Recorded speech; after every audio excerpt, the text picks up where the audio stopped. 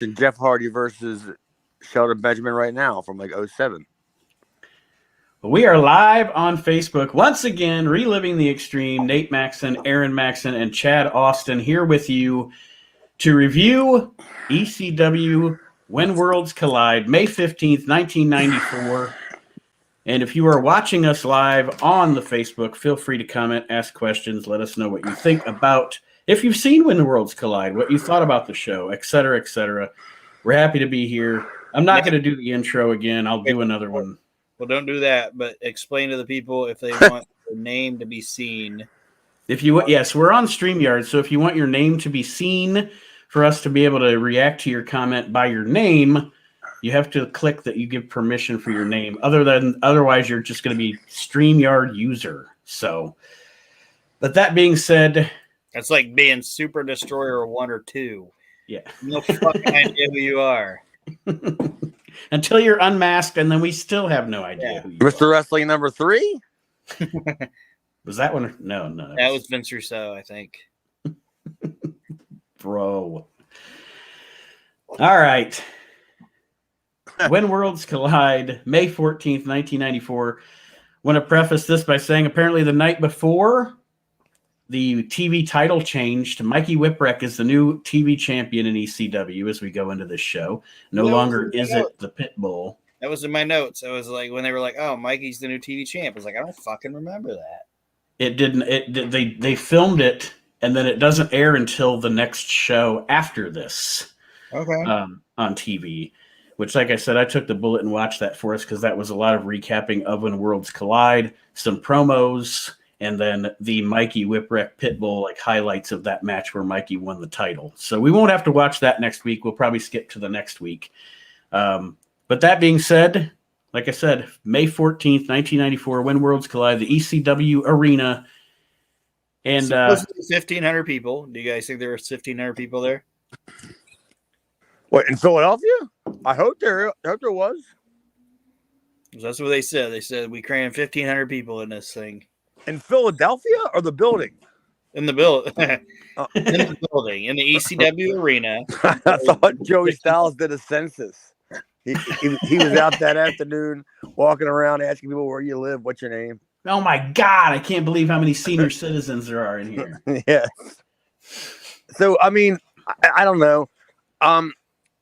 It's astonishing to me because I hear several different numbers because we always thought that the most you could fit in there was 1,200, right? I mean, wasn't that like the going number for the longest time? I think so. Yeah, something like 11 or 1,200. I mean, how could ECW / Paul Todd, whatever your sister's ass, fly under the radar, the fire marshal, for so long, yet you have paid security people that, you know what I'm saying? Yeah. And EMTs without somebody finding out you have more than the fire code allows. Grease and palms in Philadelphia. I mean, am I not right? Isn't that, don't you think that's like a fair question? Yeah, absolutely. Like, where the fuck are you putting these people at? Like, I mean, is there an upstairs? The guy's standing by the fire exit. Yeah. I mean, yeah, it's just amazing to me. The first match on this show out the chute is the Rockin' Rebel with his manager, Jason, the sexiest man alive, against Tommy Dreamer. And I'd like to hear your guys' thoughts on this match. I thought it was kind of plodding. I wasn't terribly impressed with what I saw here. I don't know. You want to go, Aaron? Because to me, it's just a Philadelphia staple of early 90s. Yeah, I just put it's Tommy Dreamer versus the Rockin' Rebel, and it's decent. It was what it was. Joey says that the Rockin' Rebel is the nastiest man in wrestling. That's what he says. They're trying to really put over the fact that the crowd is starting to favor Tommy Dreamer, but it's like 70-30. Like 70% of the people are like, fuck this guy. 30% of them are like, yay. and the 30% are like the 5 women in the crowd and some kids. Like none of the dudes are into Tommy Dreamer at all, and I disagree. I don't think this is starting at all. I mean, I think Joey Styles. I'm sorry to cut you off, Aaron. I think that Joey Styles is just championing that parade. I don't think it started yet, and I think Paul realized that it's going to take a little bit of work. You know, not like I don't think Tommy deserves it or couldn't do it, but the people just did not give a shit about Tommy Dreamer. Mm-hmm. And I don't think it started there, but I mean, I think we're very, very close, or maybe it was, and I just didn't catch it. You know what I mean? Maybe it's my fault and I didn't see it. And I kind of agree. I'm gonna bring up something in a little bit that will kind of tie into this. But during the match, when Rebel hit that spine buster on Dreamer toward the end, do you think he really hurt his knee on that? Like, because he was favoring it, and then they went home pretty quick. Did you guys catch that? Yeah. He ain't that good at selling anything, so it had to be. Yeah, Touche. If you got him for being a good worker, you'd be shooting an innocent man. There's also a chant from the ECW crowd of "You both suck." Yes, I did catch that. You both suck is what they chant at him. I also this is the first time that I noticed. Jesus. I don't even know why this is the first time I noticed it, but I'm like, I understand why somebody was like, "Hey, Tommy, you should put a shirt on." Oh, the whole man boob thing? Yeah. It's like you got China tits. Like you look like you're somewhat in shape, but you still have tits. Put a shirt on. Yeah, that's not a good look. I mean, yeah, I should know. Same here. I mean, I won't go into anybody. I won't go into the pool in front of anybody in public, even with a shirt on, because you still got to jump in with a shirt on and come out, and it's even worse because the shirt's clenching you. Yeah, because then it's clutching your tits. Yeah, it's clutching it. But Tommy get out, and then all of a sudden you can smell what the arch is cooking. But Tommy was just like, "I'm gonna do suspenders," and somebody was like, "You got muscular tits. Maybe you should put a shirt on." I thought what they did looked pretty good, though. I mean, I thought the action wasn't bad. Yeah. No, it wasn't. It was decent. It was a good, decent opening match, and like I said, it was just very basic and didn't do anything that was offensive, but didn't do anything that made you go, "Oh God damn, I'm glad I watched that." It was just. I just wrote that it was a fast count, awful execution, but a nice angle. Yeah, Dreamer wins the match with a Fez press, and then they tease a breakup. They tease a Fez press. Yeah, well, that's what they call. That's what Joey called it. Well, he needs maybe that could be like the grilled cheese press. The panini, yeah. Yes, it's the panini. The flying panini. The panini. We don't have Sal Balomo here anymore. Tommy's Italian. He's throwing 265 pounds of man boob into the air. It's like that's a flying pepperoni. Panini. Panini. Oh my God. And then in the angle everybody wants to see after the match. People could not kick out of those pepperoni nipples. In the angle everybody's been waiting to see at the end of this match, as I say sarcastically, Rockin' Rebel and Jason tease a breakup here. Is this the last we're going to see a Rockin' Rebel, Chad? I can't remember. It's not. Haven't we been saying this for weeks? It's not. I mean, who sticks around longer? Him or Jason? Or Hunter Q? Well, I think there's no Hunter Q on this show, pal. So the next matchup we have here is the new ECW TV champion, Mikey Whipwreck, against 911. Mikey is awesome here. He comes down, he makes sure the title doesn't fit.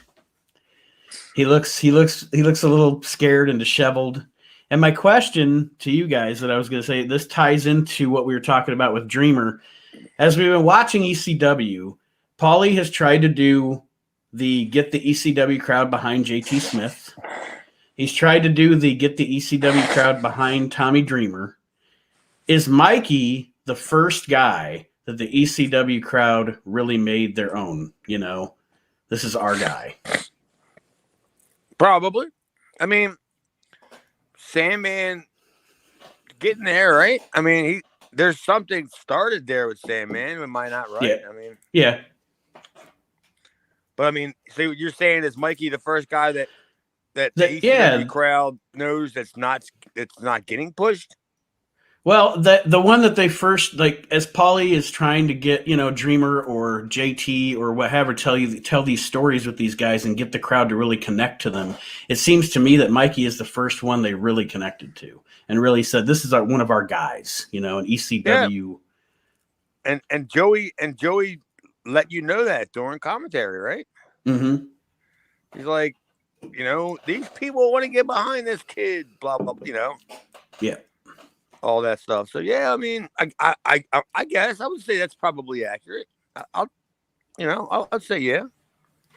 I think the thing with Mikey was it was the first thing that, how do I want to say it? Like, not that made sense, but like the first, like Mikey's the first Paul Heyman ECW gimmick, you know, that goes against the grain. You know what I mean? Like not normal storytelling of, okay, like when they were trying to get JT Smith over, he was like the young up and comer and he's scrappy or whatever. Mm-hmm. They figured out quick with Mike. It's like they're gonna make this guy fucking goofy as shit, and he's just gonna fall into fucking. He's he's fucking. He's like Eddie Mr. Gilbert Bean was still alive. That guy would be the equivalency to Eddie Gilbert's John Gillum, if you know who that is. Like, you know who John Gillum is? Oh yeah, we watched him on here. Oh yeah, I forgot. Yeah, I mean that's what he's kind of like, you know. It's supposed to be a joke, a gag, a rib, a ha ha ha, and then it caught fire. Yeah, that's kind of what I was saying. Like, Mikey's the first gimmick with that crowd that Paulie did, where we're letting you in on it. You know what I mean? Right. Like we're not trying to play you guys dumb. We're all in the same fucking boat on this shit. This is funny, and it's gonna be a silly gimmick, and we're all in on it. Yep, enjoy, right? Yeah. And I do like it. It's fun. Like I said, I just like every week you're gonna be driving to the fucking ECW arena and being like, well, how's Mikey gonna get out of this shit? Well, luckily it wasn't every week. Jeez. Every 4 weeks or whatever. You know what I mean? I wouldn't be here. I wouldn't be here talking to you today if it was every single week. Like I said, this is Mikey versus 911. Mikey has just won the TV title. Taz costing Pitbull the TV title against Mikey. They say it was the night before. I don't know if it was actually the night before or not, but Paulie gets to the ring with 911. He's mocking Mikey Whipwreck, like pretty much like it's over for you. Mikey gets two choke slams, and then 911 choke slams Mikey and the referee and gets disqualified. Therefore, Mikey retains the World Television title. This was effective. I liked it. Yeah, I mean, 911, just another 911 angle, you know? Yeah, well, and it got every player here got over the way that player was intended to get over, you know? So if 911 don't give a shit about being a champion or whatever, what is he in this business for? Right. I mean, hey, mom. Hey, son, what do you want to be when you grow up? I don't want to be a champion or anything. I just want to go out there and pick up people and slam them down. Oh, Oh, Philly jacket with my little Yes. Jew here. That's what I want to do. If I could Yeah, I just mean, be, if I could just what- be what a do you- what do you- handler, if I could just be the handler of a sadist from Bombay. yeah. I mean, what are you in this business for? And then don't give me that whole pain. Fucking jabroni indie wrestling promo. Pain. Anybody that says like a promo, stinks. Absolutely. That's what I you, Glenn Osborne. What year is this? Because don't we have freaking Snuka and Sullivan coming up? That is the next match on this show. It was Gordon Soley calling it?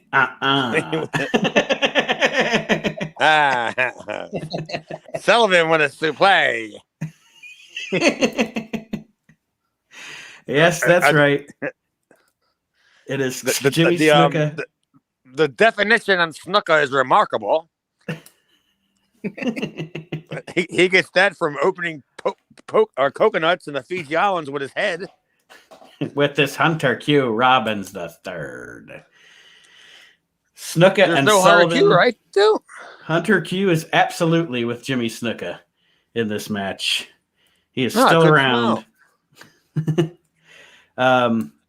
They pretty much brawl. This entire match is a brawl between Snuka and Sullivan, with Snuka doing as little as he possibly can. What do you think? Sullivan was carrying that match? If anybody was, it had to be him. Anybody, please. They didn't do anything. It says Sullivan bludgeons Snuka with a skillet, a hammer, a spike, a crutch. He has a rope at one point, but like Chad said, really nothing actually happens in this match. No. I mean, does anything ever happen during a Kevin Sullivan match? And is Jimmy Snuka alive? It's questionable. I mean, they need to have, like, the referee has to wear like the little telescope around his like neck and stuff like that to keep, instead of counting for three, he's counting for 3 heartbeats. He's got a mirror. Yeah, to check his breath. Yeah, Well, it's either for that or for Snuka to do coke in between false finishes. Woo! Yeah. ECW. TCB. Brother. TCB. TCB. I thought it was a nice angle though. I liked the angle. During this debacle, woman leaves with Sandman. She leaves Sullivan's side to go with Sandman. Hunter Q trips Kevin Sullivan, and Snuka gets the victory because Sullivan is distracted, of course, by woman leaving. And Snuka goes over Kevin Sullivan here, and I think this is it for Sully, and not Jay Sully. I also think it's the end of Hunter Q. I don't think. Yes, because he gets pantsed and Snuka kind of leaves him high and dry, like You talking about the end of Sullivan? I don't think he's around after this in ECW. I don't believe. I could be wrong. He might not be. I know he was still around, but maybe he wasn't there on camera, like as an ECW performer. But I know he was still around because he would still be at the hotels. Okay, maybe he was working for WCW and hadn't really quote unquote started yet. He was probably around because Nancy was still around, I'm assuming. Yeah, I can see that either way, right? Yeah, but you know what I mean? He may have been gone, but he wasn't gone. Right. Yeah. Well, he if he is gone, he definitely went out with a doozy on this one. And like I said, he strips Hunter Q of his pantalones in the middle of the ring here, and then pretty much proceeds to kick him in the nuts and give him the stomp. And this may be Hunter Q's departure from ECW. Well, Finally. we've been saying this for months, or at least we've been saying this for weeks. We've been saying this for 9 months, I I think. think it's the gestation period of a fucking elephant. We've been saying the Empire Q's gone. I think this is finally it. When Let's hope for the best. when everybody saw his teeny dang, he was like, "I'm out." Somebody said, "Hey Hunter, the super destroyers are outside waiting for you.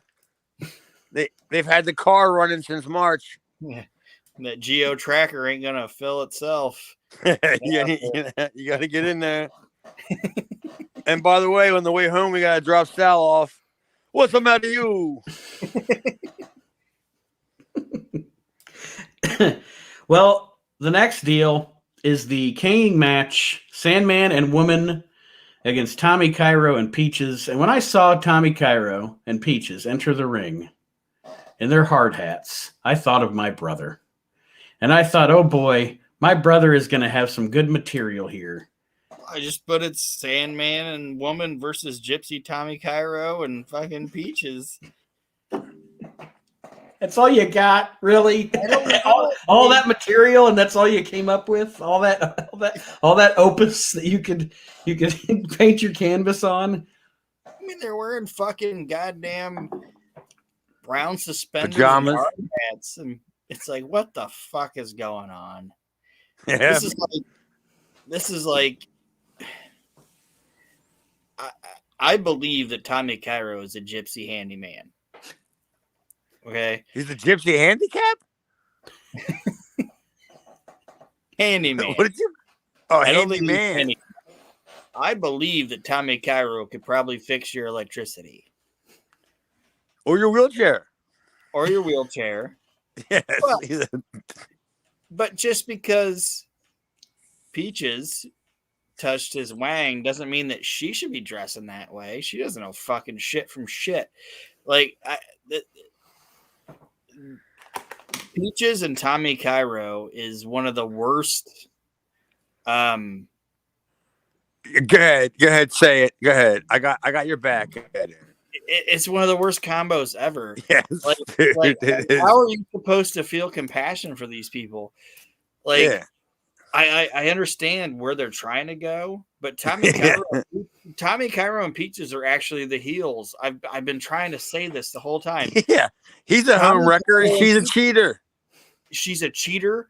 She cheated with Tommy Cairo, and now Tommy Cairo is living in the Sandman's house, watching his cable, banging his wife, using his Drinking his beer. drinking his beer, using his quote unquote gym, like the Sandman has one of those. Like, when they get beat up at the end of this, I'm like, they fucking deserved it. Like, when Sandman started kicking the shit out of him, I was like, yeah, get him. Tommy Cairo Yep, and Peaches I agree. in this situation are pieces of shit. Yep, I'm saying. 100% behind you, man. I mean, and Sandman's all running around in his pajamas, acting a fool, beating the tar off of poor Tommy Cairo, man. Sandman just wants to use his recliner. That's all he wants to do. He just wants his recliner back. He just wants to sit in his recliner and watch MeTV and fucking relax. But Tommy Cairo's ass is sitting in there not fucking paying the rent. Fuck him. Yeah, I mean, losing and hanging out with Sal Palomo is not paying the bills. he's got and Peaches, I'm sure, taking care of her is not cheap either. If I was Sandman, I'd be like, good, you're gonna have. I'm with Woman now. Yeah. I upgraded big time. Hey man, like Big time. he went from like the fucking basement to the goddamn penthouse. So good for you, Sandman. Yeah. For you. A couple of years he gets with Missy, so good for him. Oof. Yeah. Good for him and his insurance company. That's a lot of shots. Well, the match starts out here pretty much with a cat fight right off the bat. Peaches and Woman. And what do we think of the match overall? Well, did you guys see the signs? Or a couple signs. I think I missed them. One of the signs was Sandman whack that fudge off Peaches. Not fudge. Sandman whack that fuzz off Peaches. Fudge. Fudge was funnier, actually. Yeah, fudge. All right. And then there was another sign that said Kane Joey Styles. And Joey was like, oh, God damn it. I know Paul put that sign out there. I totally missed that. Yeah. Whack that fuzz Yeah, up. and I've been looking for signs recently because of what's been going on with current wrestling. I've been paying more and more attention to the signs. No, I didn't catch that one either. Yeah, the whack that fuzz off Peaches and Kane Joey Styles.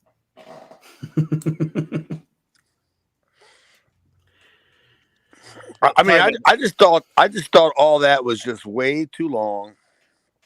Mm-hmm. That's actually what I have down here. The match isn't bad, but it was too long. You're right. I have that written down too. And it was all that just for basically a cat fight. I mean, at the end of the day. Mm-hmm. It was just like, how much time can we kill just so we can throw a goddamn cat fight, you know? Yeah. That will pop the people. The Sandman, or I'm sorry, Peaches winds up pinning Sandman in this match. So, because I think Tommy Cairo DDT'd him. Well, yeah, it didn't No catch. camera shot of any of it. No. Like, No, they don't 'cause even show you the actual finish of the match. They're just showing you the cat fight, which is Mhm. fine because Woman's in the shot. So I'm like, yeah, that's cool. But they don't show you the actual wrestling finish of the match. I rewound it a little bit, and I like off in the corner. I think Tommy hit a DDT on Sandman, and that was the end of it. So let me ask you: Do you think there really was a finish, and that was Paul's way of editing out to make the story play out, or do you think that that's the way it's supposed to go? I think they just screwed up and missed the shot. I just think they missed. I just think it was a bad. So there was a finish. Yeah, I think it was All just a bad camera angle. Well, shocker, but I agree, and I can go either way with it because Paul made the most out of the least, so it could But I mean, yeah, but I totally agree that when he realized they didn't catch that shot, that he realized he had to change the whole entire thing. Mm-hmm. Either that or they had a shot of it and the fucking DDT looked like shit, and he just said, "Let's just go with the broads wrestling." That looks way better, pal. Yeah, it's just some ass in that. Well, let's just throw the Harris brothers out there. They're coming. Definite ass in that. How can this get any worse? Somebody's yelling, how can this get any worse? Where's the Harris brothers? The angle after this deal, the caning, Woman with the powder shot. Sandman winds up getting to cane Tommy Cairo. Well, are you gonna gloss over the fact that they whipped Sandman's ass out in front of all those people, and they were like, "No, no, put it back, put it back." Like, that's the first time I've ever seen an ECW crowd be like, "No." An ass shot got booed. Like they were just like, "Oh, come on, man." Of all the people in the ring, we're gonna see his. I mean, even the people went crazy when Mae Young had her puppies pulled out, but that was for a different reason. When the Hack's ass came out, that ECW crowd was like, "No." And they said it like that. It was in slow motion. No. Yeah, no. The Sandman winds up caning Tommy Cairo. Like I said, after Woman throws the powder, and Sandman lights up a smoke. I think for the first time in the arena. Through it, or it didn't like blow out of his ass. Damn. Mr. Sandman.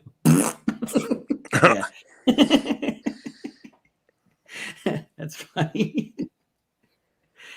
Oh shit! I lost my train of thought. Thanks, Maxon. I lost my train of thought. Like when you like go to attack like an octopus and it like just shoots you with like ink or whatever. It's a self-defense mechanism. Like if you attack James Fullington and pull his pants down, fucking powder shoots out his ass. You know, hey, daddy. And then it smells like cheap beer. And Pall Malls, yeah. Yeah. Non-filtered.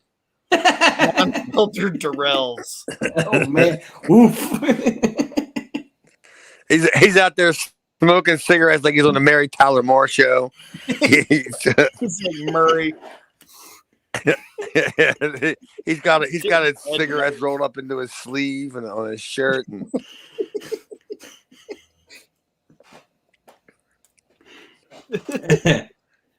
All right. It's literally taking a while, but you can totally see that there's something there when it comes to Hack, right?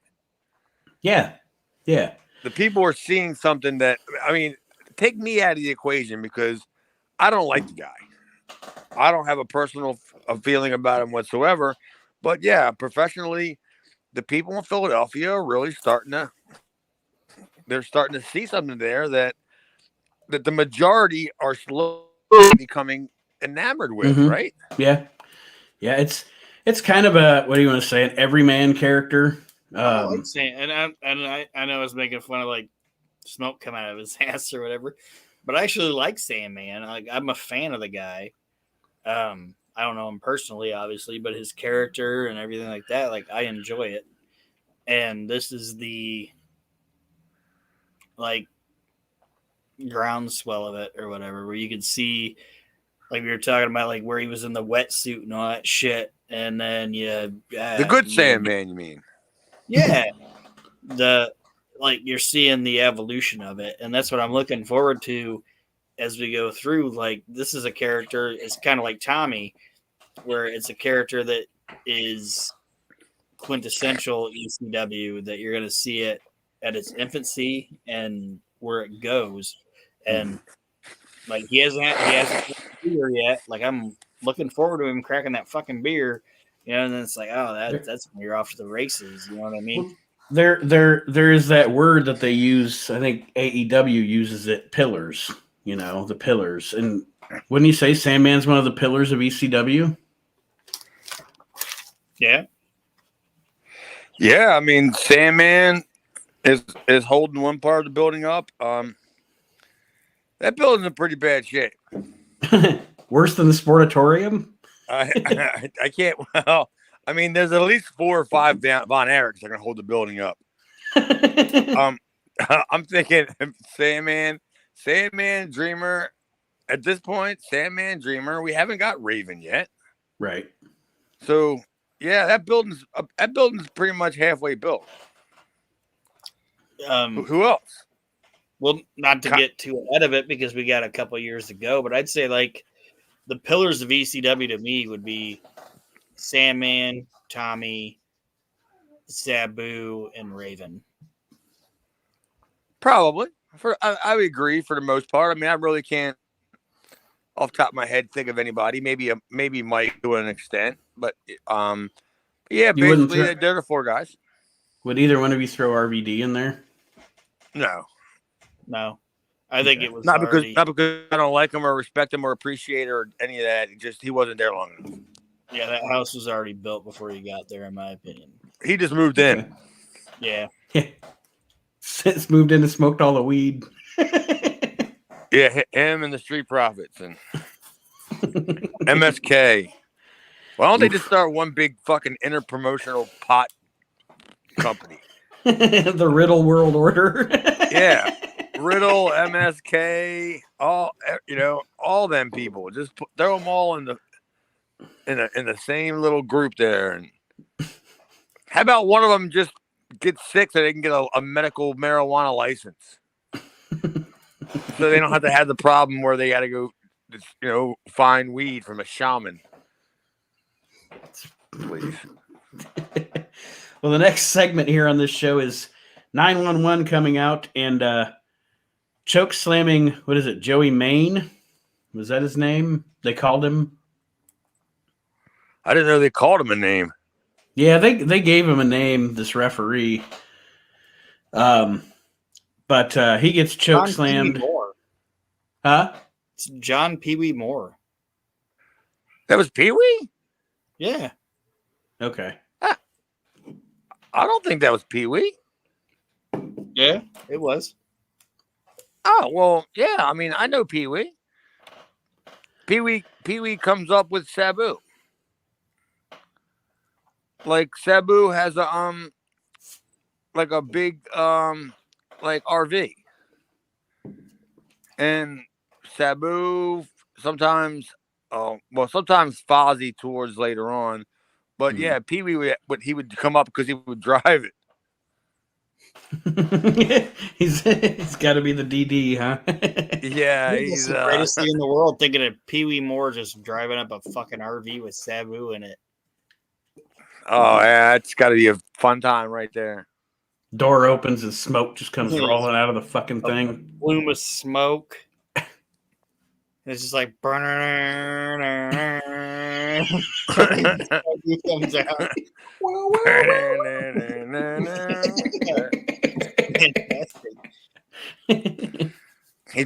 And Sabu's yelling like, "Hey driver, we got to stop off at the 7-Eleven to get some rolling papers." And then they pull in and then they open the big front door and smoke pours out and Sabu walks out and does the whole point to the sky with no shirt on and his headgear on. With the music blaring through the stereo system. Yeah. That's an exciting life the wrestlers have to lead, that everywhere they go, there's songs playing.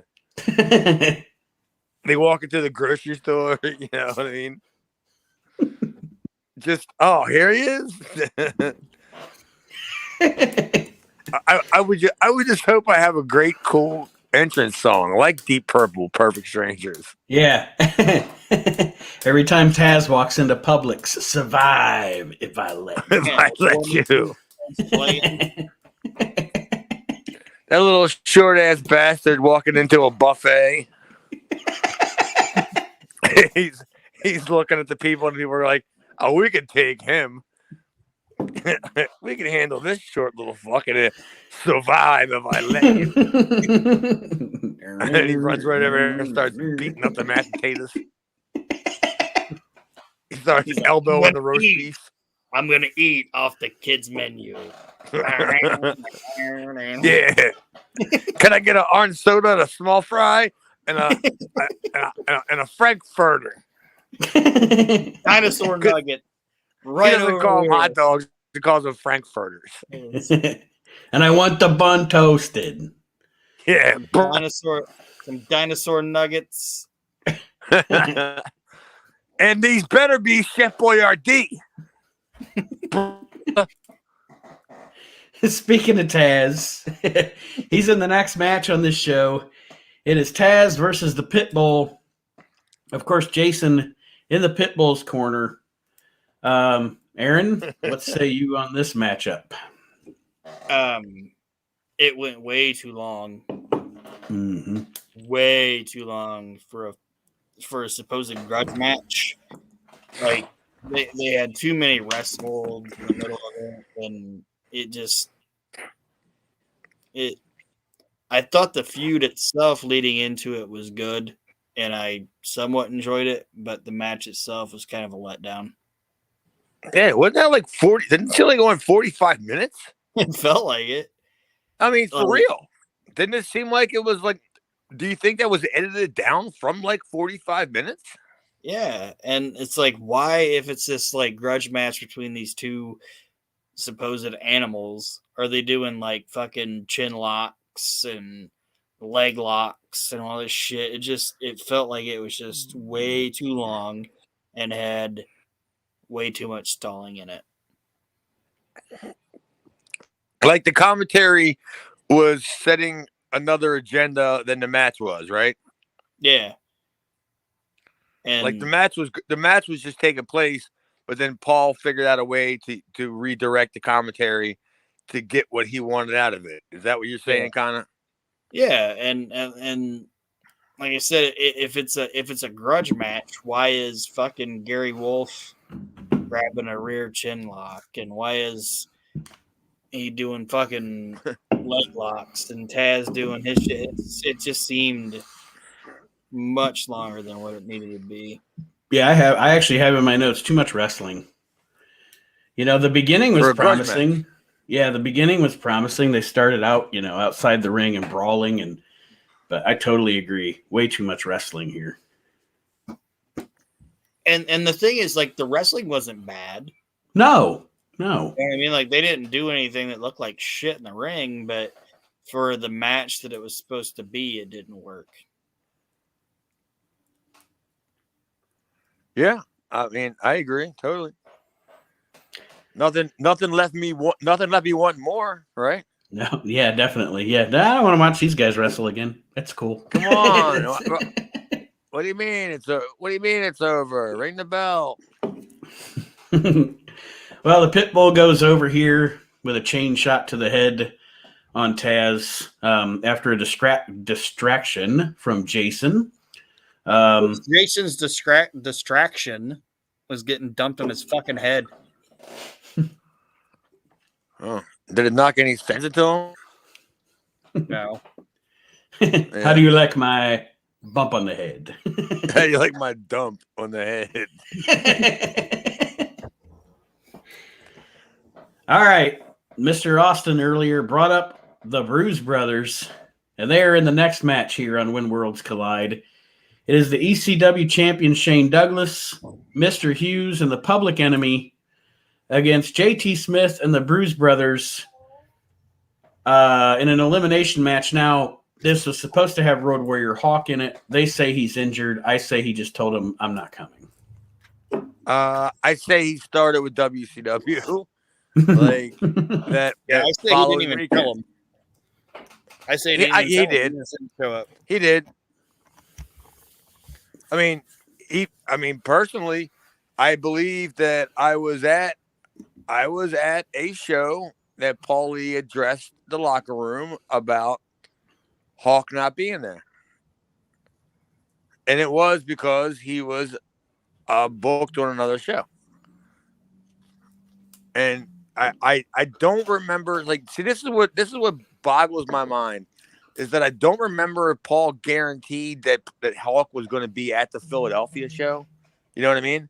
Mm-hmm. Because that was one of them weekends where it was like a show on Friday, a show on Saturday, and then like the ECW show was like on Sunday afternoon or whatever, or Saturday night or whatever. Right. But yeah, there was no Road Warrior Hawk. And we're like, well, the main event's not here, you know? Mm-hmm. And then Paul had to address it by saying that Hawk was going to be at the arena or whatever, but he probably knew damn well that he wasn't. Oh yeah, definitely. I mean, if I had to put money on it, that's what I'd put my money on. Is that he told Paul that he wasn't making it, because I don't think Hawk had developed that kind of reputation at that point. Had he not, Nate? Am I missing something? He wasn't known for being a no-show at that point, because in that stage of his career, wasn't the independence all that he had? Yeah, well, I was going to say he made a lot more shots when ECW was a lot crappier than this. You know what I mean? Like, obviously, he's not a guy that's just like, fuck off. So, yeah, like you said, he probably found some bigger money somewhere else, maybe WCW. I can't remember that. I'd have to look at the timeline and see if that lines up. But Japan, yeah. I mean, you would think somebody of that caliber of a talent would have some sort of a calendar in front of them let you know that before I take a booking in Philadelphia, I'm going to be in Nagasaki. Right? Is he still yeah. is he still teaming with Sasaki at this point? Well, this is '94, right? Yeah. Yeah. Okay. This is kind of like I mean, I'm not sure like what month, but yeah, we're definitely in the same year. This match, though, once again, it's kind of a theme as we are going through the show. I understand the story they were trying to tell with JT. Whether good or bad, I understand the story they were trying to tell. They were trying to tell the underdog story here. I get it. But did you guys also think that this thing just went on way too fucking long? Yeah. Yeah, it did. Not a whole lot more to elaborate on that, other than the fact that it went on way too long. And they did a. I mean, I agree with Aaron's answer as well. Is he there? I'm here. They did a count out, like Mr. Hughes and Shane and the Bruise Brothers or whatever get counted out. It's like CCW. How is there a count out? Yeah. It was convoluted and it went way too long. The gist of the story. They never really had countouts. The match just went away. Yeah. everybody. I mean, it just went away. I can see it because I used to be a mark for like the old 70s magazines when they would have like the results from other like house shows and stuff in there. Mm-hmm. And it would say like Jose Estrada wrestled Rick McGraw to a 20-minute draw or whatever. I could see this just saying whatever these two ham bones, and the finish was it just went away. Yeah, most of the match. And I'd be reading it as a. Most of the match just disappeared. Yeah. Yes, and I'd be like a fan watching it, going, "Wow, it just went away." That's a hell of a finish. And the gist of the match, folks, is that the heels, I guess you'd call them, are working over the knee of JT Smith. Mr. Hughes gives it like a splash. He splashes his knee. Public Enemy's working over the knee. And then, again, saying this goes on too long, eventually, JT Smith gets the upset win over both Johnny Grunge and Rocco Rock and become the sole survivor of this elimination match. That's the I see what you did there. He's the sole survivor. Sole survivor. I didn't even mean to do that. That was the wisdom, mammal. It's not like he won a bucket of chicken.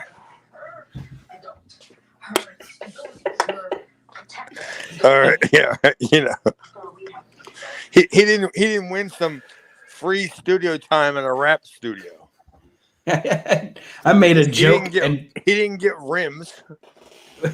When you work a podcast with Chad Austin and Aaron Maxon, you can make a joke and not even know you made it. And listen, man, he got out of there with 30 acres and a mule. Good for him. Yes, I mean, if I'm going to be a racist, I'm going to do it right. I'm not going to be half racist, not accidentally like I did. Yeah, I mean, here you are. You're trying to take subtle jabs. Any comments? Yeah. Before we go into the main event? Me and Aaron over here, at least we wear our hearts on our sleeve. You're over there being all subtle, taking little jabs. All on your high horse. Hold on, let me. You think you're all mightier than. Aaron asked if we had any comments, and I honestly got into doing the podcast mode and haven't been looking. So here we go. Did Chad freeze?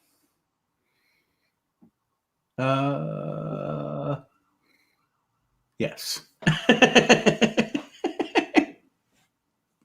Right before we get to the comments, Chad froze. God damn it. So in the meantime, let's see our comments here on Facebook. Thank you for those of you watching. I appreciate it. We appreciate it. Like I said, folks, I wasn't trying to ignore you. I'm just in podcast mode. Archie told me to please tell Chad he has a very clean ear. yes, he does, Archie. And that's because he couldn't get his audio to work. So he has to kind of listen to us tonight like he's on the phone. So you get to see Chad's ear. Jeremy Cotton said, we can't shuffle. Jeremy, I think I retired that a while ago. He also said we look like twins, Aaron. Aaron would disagree. He thinks he's much better looking than I am. Oh, I am. Much so. Jeremy asked if Archie's still here. Archie said, I'm here, but they won't read my comments. I'm sorry, Mitchell. Jesus Christ. You were invited. Archie Mitchell was invited to get. Yes. He was sent a link, ladies and gentlemen. A link. It wasn't even sausage.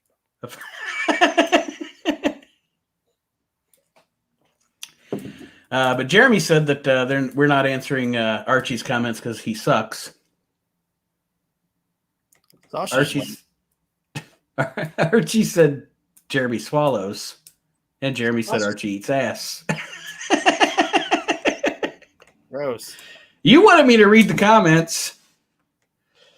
When I came live, I would check. Archie money on a poll.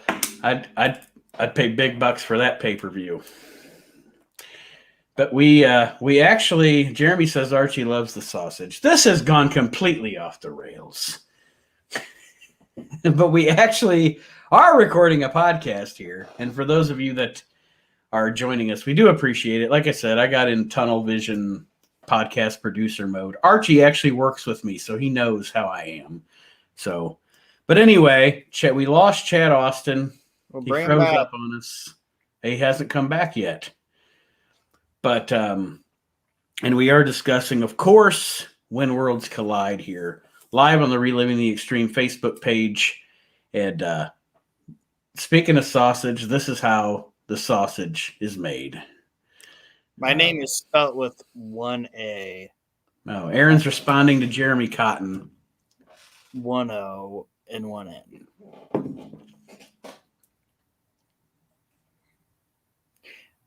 That's the only thing that somebody can do that like bugs my shit and say the only thing. That's the one thing that somebody can do with my name that bugs the shit out of me. Like people will drop the S off our name, you know. Mm-hmm. They'll say, "Oh, Maxon." Yeah, okay, that's fine. Whatever. They'll be like, "Oh, Mason." Like, fine, that's cool. It's about my first name. I get irritated. Sorry, Jeremy Cotton. Spell my first name right. It's Aaron. That's the way you spell Aaron. Aaron is not Aaron.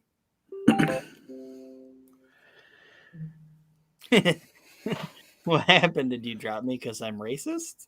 Is that what Chad commented? Bring him back. Or, I'll be right back. Bring him back. we are, yeah. Well, for those of you that are watching this on Facebook, this will not be in the podcast. And this whole deal. This is the kind of stuff that gets edited out. Archie's going to call Aaron Moxley from now on. And we're going to see if we can get Chad back. If not, we will finish this up real quick. Thank you, guys. Yeah, Jeremy, you don't really have to apologize to him. He's just...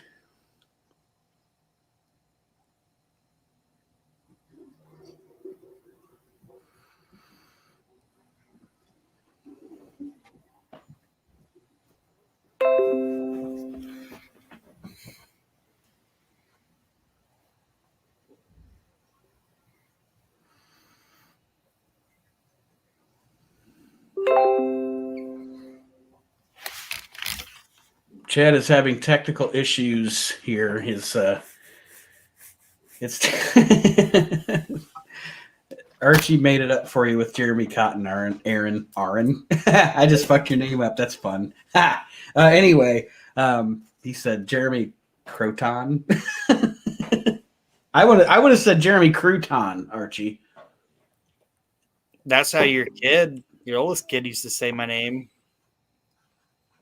when she was a baby. She'd be like, Uncle Aaron. Uncle Aaron. There he is. Mr. Austin is back. I thought you booted me off of here because you're racist. Because I'm racist? Yes. You're the one that said Soul Survivor. I went downstairs and said, I think the show just ended because Nate's racist. Putting all this shit on me. Jesus Christ. Well, stop being a racist. Slow it down a little bit. And now, everybody, we move into the main event of When Worlds Collide. The match we all came to see, and it did not disappoint, in my opinion. Sabu and beautiful Bobby Eaton against Terry Funk and Arn Anderson. It did not disappoint. But what was that fucking music that the WWE used for Terry Funk and Arn Anderson coming out? Would Terry have been coming out to Desperado at this point? No. Yes. No? Yes? Was Yes. Yeah. Okay. he? I thought so. I didn't think he used that until fucking Barely Legal. You know what? Honestly, he probably didn't come out to anything. Because I do think if we go back and watch some of the older tapes, older shows, that you could probably hear where the audio was dubbed in. Like post-production, because Funk may have not came out to anything. Possibly. But this is, I think, Aaron, this is WWE Network or Peacock or whatever the fuck. This is their version of Desperado. I think you can make Desperado worse. Arn Anderson and Terry Funk come out to here. Doozy Rado. Doozy Rado. Why don't you come to your senses? Yeah. Call Archie Mitchell. No fences for too long now. All right, I know we're trying to make time here and all. Come on. We don't need to karaoke. I mean, what am I? You want me to Sweet Caroline? Dun, dun, dun. All right, the match itself, Aaron, Chad, what did we think? Of course, like I said, I really dug it. I actually have a lot of notes on the match. Like I was trying to be fucking Wade Keller and do a play-by-play or whatever. But I got 4 spots wrote down that I do notes. Okay. I really would have loved to have been there, man. Again, that's just one of them shows where I was booked doing something else. Mm-hmm. And I couldn't have been there, but after watching it now, you know, on the cock, and then and seeing it with how great I thought it was, I was just thinking, man, I really wish I could have been there. I would have loved to have been there. It's one of them, you know, you don't know what you missed till it was gone kind of thing, you know? Right. I mean, if somebody would have told me whatever show I was working, I was probably working with fucking Bundy or something, Nikolai or somebody like that.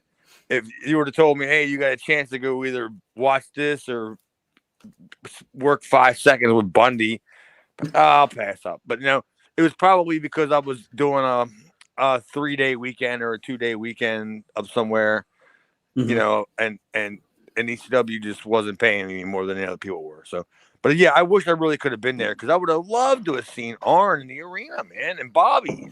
Yeah, absolutely. Like, and it's later in my notes, but that's something I put in my notes is I like Bobby Eaton. Okay. I love Bobby Eaton, but he was kind of like in the ECW arena, kind of like a, sore thumb or whatever. Like it didn't look like he really worked, but I would have loved to see more Arn Anderson in ECW. I actually have it. Yeah, I have in my notes here. I think it's so cool to watch Arn Anderson work Sabu. Yeah. Like I think I know we're gonna get to like Shane working with Tully, but I would have much rather it be fucking Arn Anderson and Shane Douglas. Mm-hmm. You know what I mean? Like Arn to me, I didn't think about it as a kid watching it, but watching it now, I'm like, man, fucking Arn, if he would have like not been like signed with WCW and just been like, okay, I'm just gonna go work fucking Philly and work in ECW, I think that dude would have been great there forever, in my opinion. Yeah. How great would that relationship have been? Because what do they say? Paulie always says that he got Bobby and Arn off of the lawsuit, right? Mm-hmm. So it's like, but he got them for like 1 or 2 shows each. Yeah, Like, 2. I think 2. Well, what were you suing for? Oreos? I mean, you got 2 of the best workers. I mean, best all around workers in the business.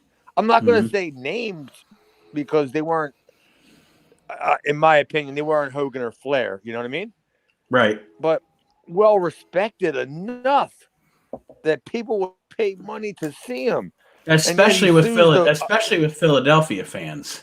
Yeah, that's what I'm saying. Like, I think Arn, if he wouldn't have had that WCW contract and would have been able to just stick around in ECW, I think that would have had fucking legs.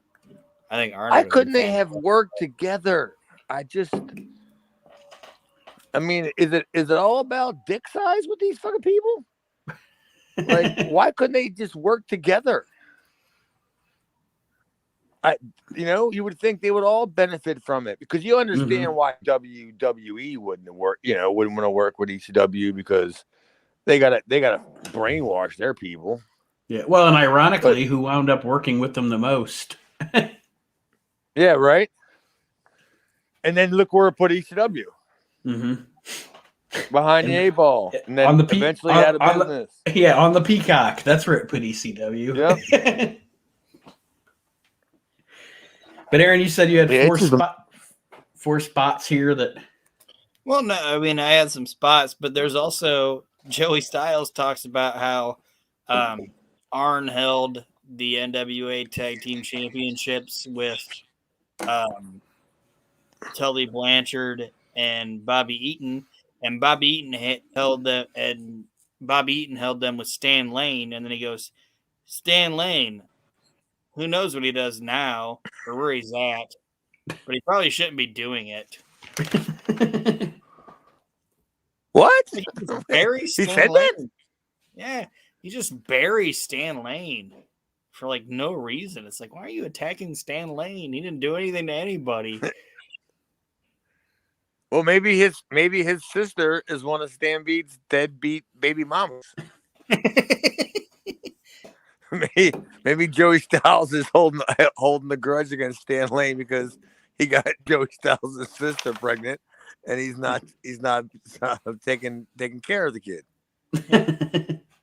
Can't believe you knocked up my sister Joni Styles. She looks like China with a mustache. With a mustache. She looks like Burt Reynolds. Could you just see that Joey Styles with his little glasses and his clean cut look, and you go to his house and knock on the door, and China with a mustache that looks like Burt Reynolds opens the door, but still with the Joey Styles glasses on. Yeah. They all got poor vision. She opens the door, and I'm just like, oh my God. Yep, that's where it came from. What the fuck do you want? Smoking a stogie. That's where oh my God came from. Joni Styles.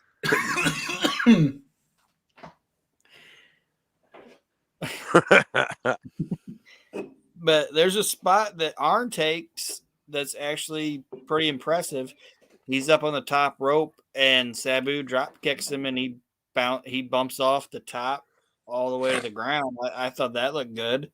Like I said, I think Arn honestly is the show stealer in this entire match. I know Bobby's in it, Bobby Eaton's in it, and Terry Funk's in it, and Sabu's in it, and everything. But I just think Arn just killed it in this match, in my opinion.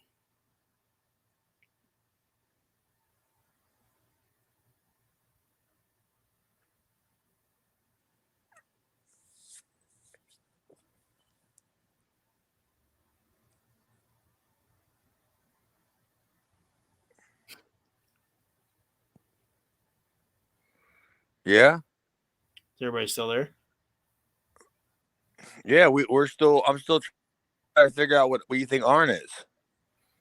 I just think Arn, like in this entire match, I just think Arn did the best job out of everybody in it. Well, Arn's a gem nonetheless. I mean, I don't know what to say. He knew he's not there permanently, right? Yeah. And he still worked hard, didn't he? I mean, yeah, you don't think he mailed it in, right? No, that's what I'm saying. Like, I don't think anybody in this match mailed it in, but I'm just saying, I think Arn in the body of the match, I think he was the most entertaining thing in it, in my opinion. Like, everybody did a fantastic job, but just in my opinion, he was the best out of everybody. Terry Funk. I was gonna say I loved watching Terry in this match. Little things like there was that part where he got himself caught up in the ropes on purpose, and Terry does little things that, like Terry will be like, "Oh, there's a piece of the table." I'm just gonna pile drive this guy on a piece of the table. I'm not gonna make it big. I'm not gonna make it dramatic. I'm just gonna use what's around me. And he's so good at that. I wasn't trying to cut you off, Aaron. You said his name, and I was just like, he was so good here, as always. And he did a power bomb. And I wrote in my notes, I've never seen Terry Funk do a power bomb before. I don't think I've ever seen him do a power bomb after it. Like, he does a fucking power bomb in this match. It's like, what the fuck is that? Yeah, I'm trying to roll Dexter in my mind. The last time I seen a Terry Funk power bomb. I mean, I'm sure he may have did one in FMW or Wing, maybe. Like in one of those exploding matches, but I don't remember ever seeing it. No, he wasn't Jushin Thunder Funk. I'll tell you that. Jushin Thunder Funk. No, that wasn't him.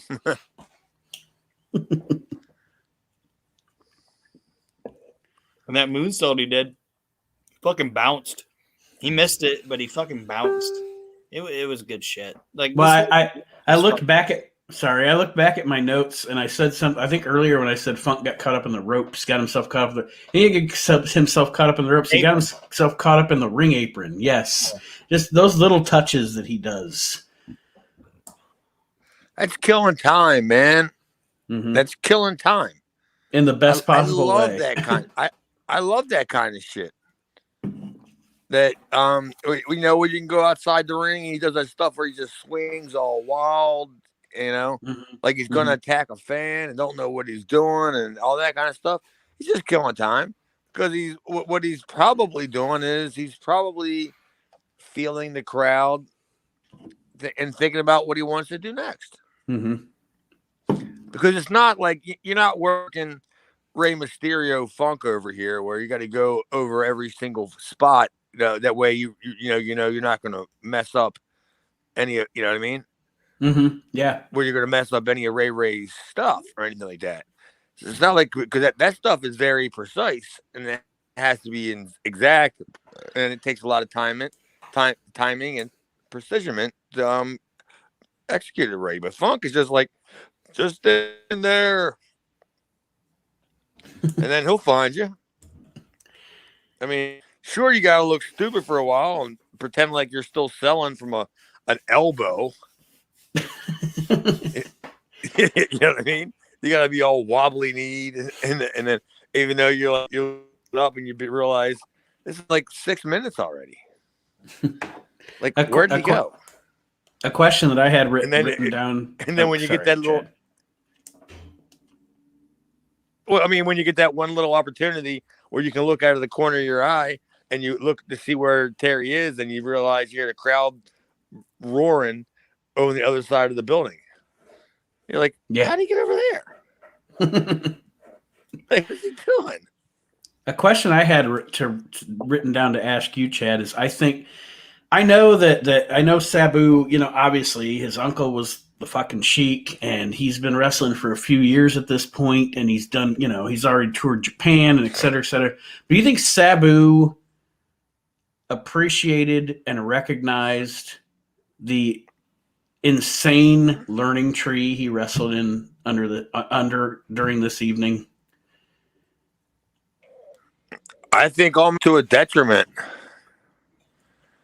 because at some point in that point of Sabu's career, I don't know if Sabu wants to hear it, wants to admit it, or wants to talk about it, but there was a time around this part of his career where he was hard to deal with. And I only speak about that because I was close to several promoters that tried to book him. Mm-hmm. That eventually did, or some of them didn't book him, but he came with, he had a high price tag. Mm-hmm.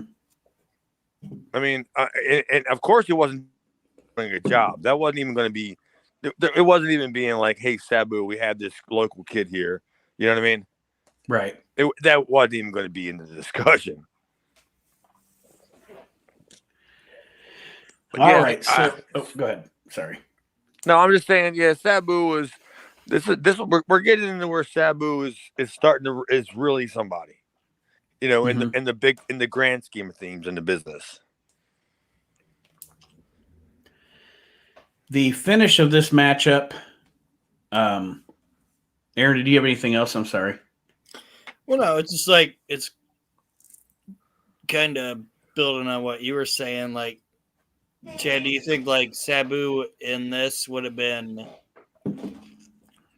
the guy sitting in the corner listening to Terry Funk and Arn and saying, "Okay, I'll do that, or do you think he was saying, "Hey, I'm going to do this and I'm going to do that," or do you think he was respectful enough to just let those guys lead whatever they're going to do? Yeah, a little bit of both. It was going to be Sabu saying, "All right, what do you have planned? Because this is what I have to get in." Not that you have to say Sabu has to get all his shit in, because getting all his shit in is completely, just entirely, utterly too much, right? Mm-hmm. Yeah. But I don't know what say. Like if I would have wrestled in the last few years, if I wrestled and I had a working young kid, I would ask the guy like, "All right, give me 3 things that you can do." I asked him, "Give me 3 things that you can do well." And he'll tell me. I go, "Okay, well, we'll figure out a way to put that in the match." Mm-hmm. And I'm sure Arn's like, "All right, Sabu, tell me 3 things that you want to do."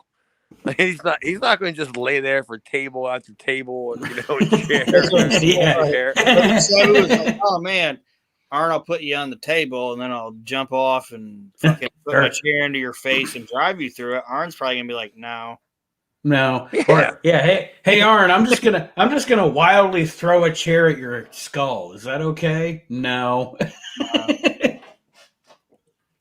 Yeah, I mean, so I'm sure. Yeah. I mean, there's ways around working with everybody, because I never liked that. That's one of the reasons why I never really ever really wanted to go to the WWE, because it was too overproduced.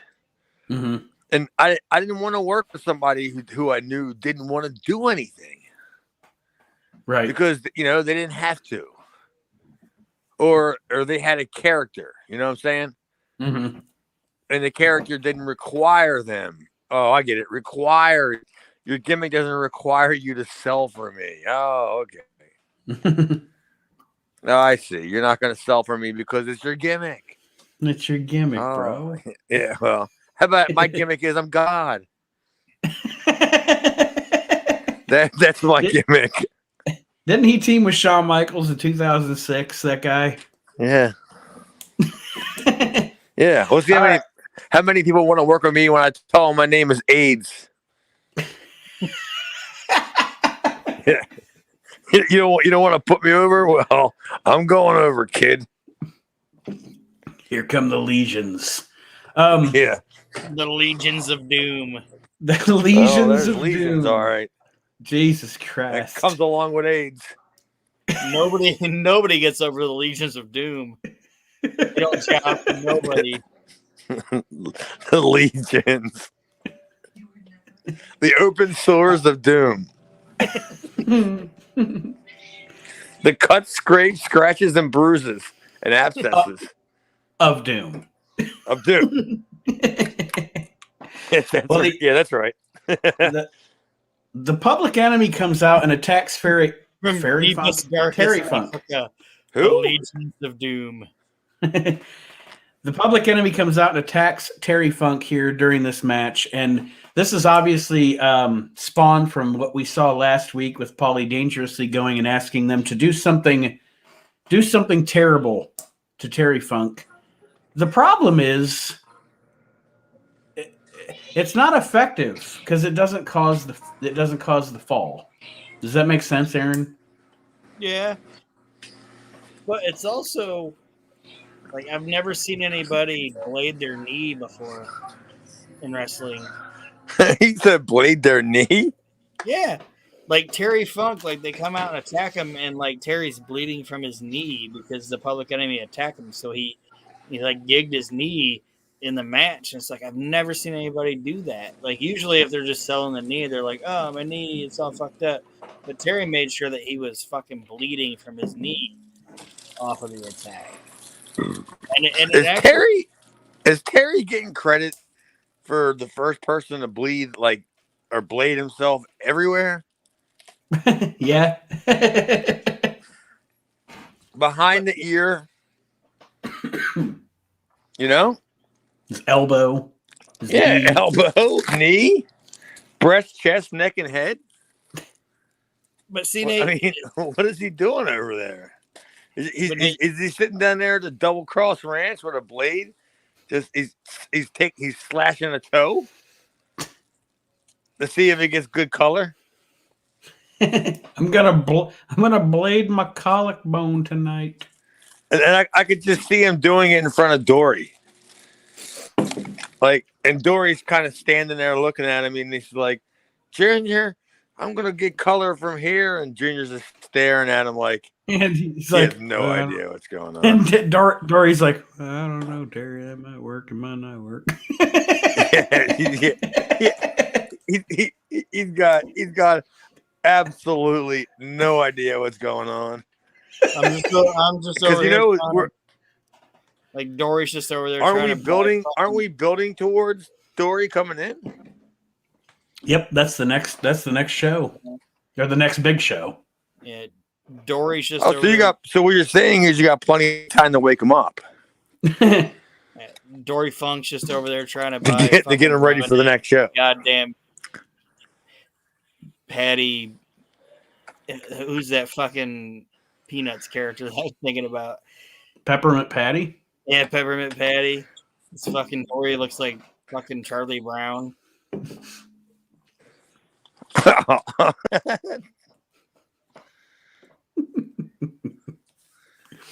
Oh no! The finish comes in this Dory's match. just trying to kick the football, and fucking Lucy just keeps pulling it. But no, Nate, what you were saying, like where you were talking about how Public Enemy going and attacking the knee didn't make any sense to the finish. It actually does. Okay. Because they attack his knee, and Sabu keeps trying to get him into the Funk spinning toe hold, and he keeps reversing it. And then eventually, Arn comes down there, gets hit by the chair by mistake by Terry, and Arn takes offense to that and then attacks his knee again. And then Funk ends up submitting because I think it's Sabu gets him in the single crab. And Terry can't stand the knee pain anymore and ends up submitting. So it all fucking actually makes sense at the end of it. Well, when you put it that way in a 4-minute explanation. Fair enough. It's all Fair it's enough. all right there. We should have seen it. It's actually a great finish. And that I have to go back and watch it. That is, in a nutshell, or a big fucking nutshell, the When Worlds Collide show here on Reliving the Extreme, our review of the show. Overall, Chad, what did you think of this show, beginning to end, overall? What, this show or the show we were watching? The show we were watching. This show's great, of course. Yeah, I mean, this show, we somehow mustered up a halfway decent episode. But yeah, I thought it was a good show. I mean, I'm not going to say it was great. It had its moments. I would say it was you know what, I'm not even going to say good. I'm going to say solid. I think so too. And my only complaint, really, to be honest, my only complaint is there were a couple of matches that they spent 5 to 6 minutes too long getting to the point.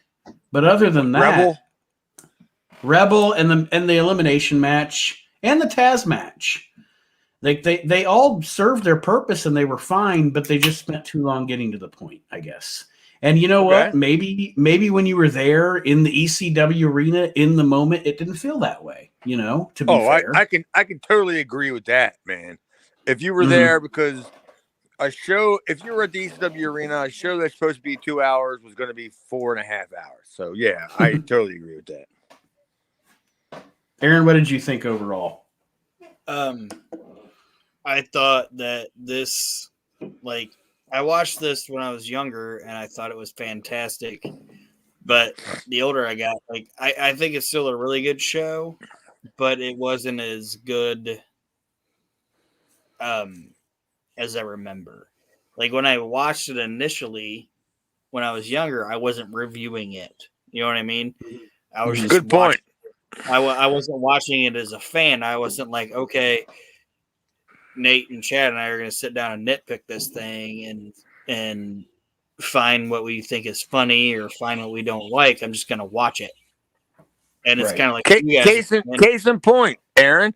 Remember when they used to show the ads for the home video? Yeah. Didn't you want to buy that? Yeah.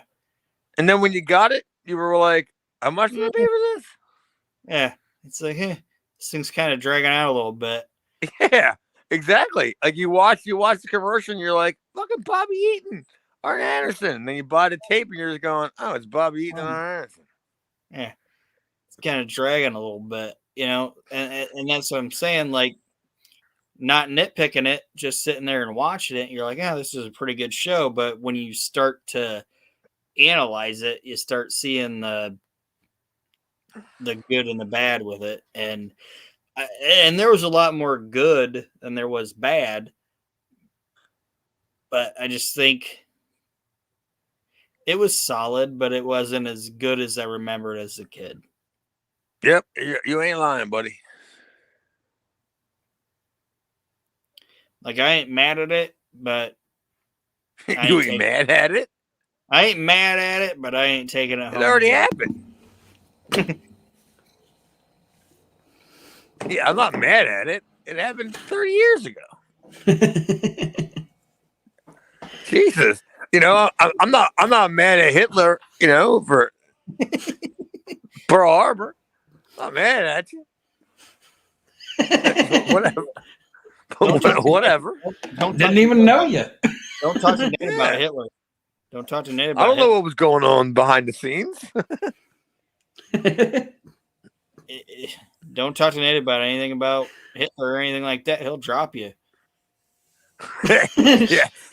Shut up, you face. The greatest heel ever. That's him and the devil are the greatest heels ever. Well, ladies and gentlemen, that is it for the Reliving the Extreme review of When Worlds Collide. I'd like to ask this, Aaron, any parting words for our listeners and viewers this week?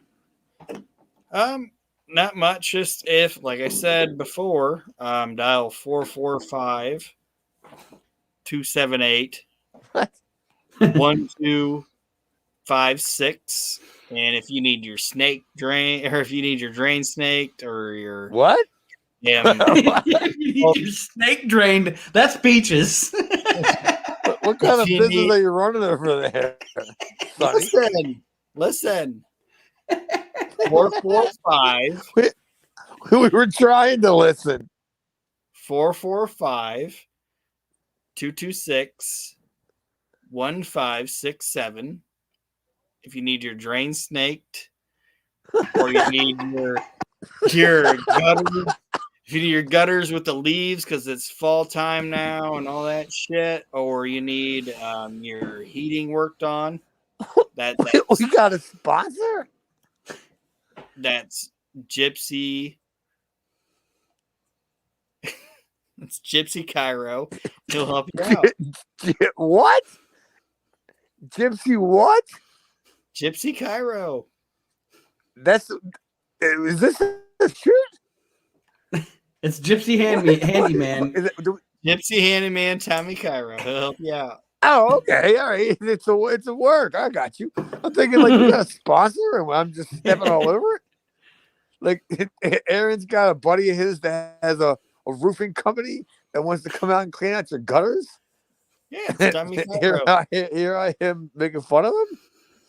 But it's Tommy Cairo's side job.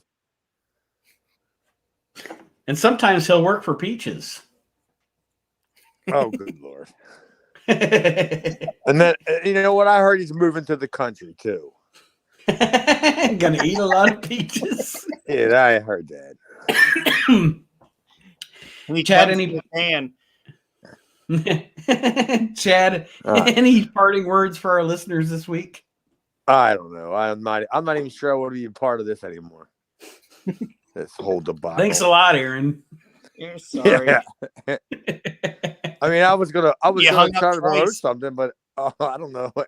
What Aaron just ruined it for me. I check out Chad's video vault. Take care, brush your hair, throw some napkins in the air. That's it. I'm done. Reliving the extreme. We'll see you next week, everybody. That's fantastic.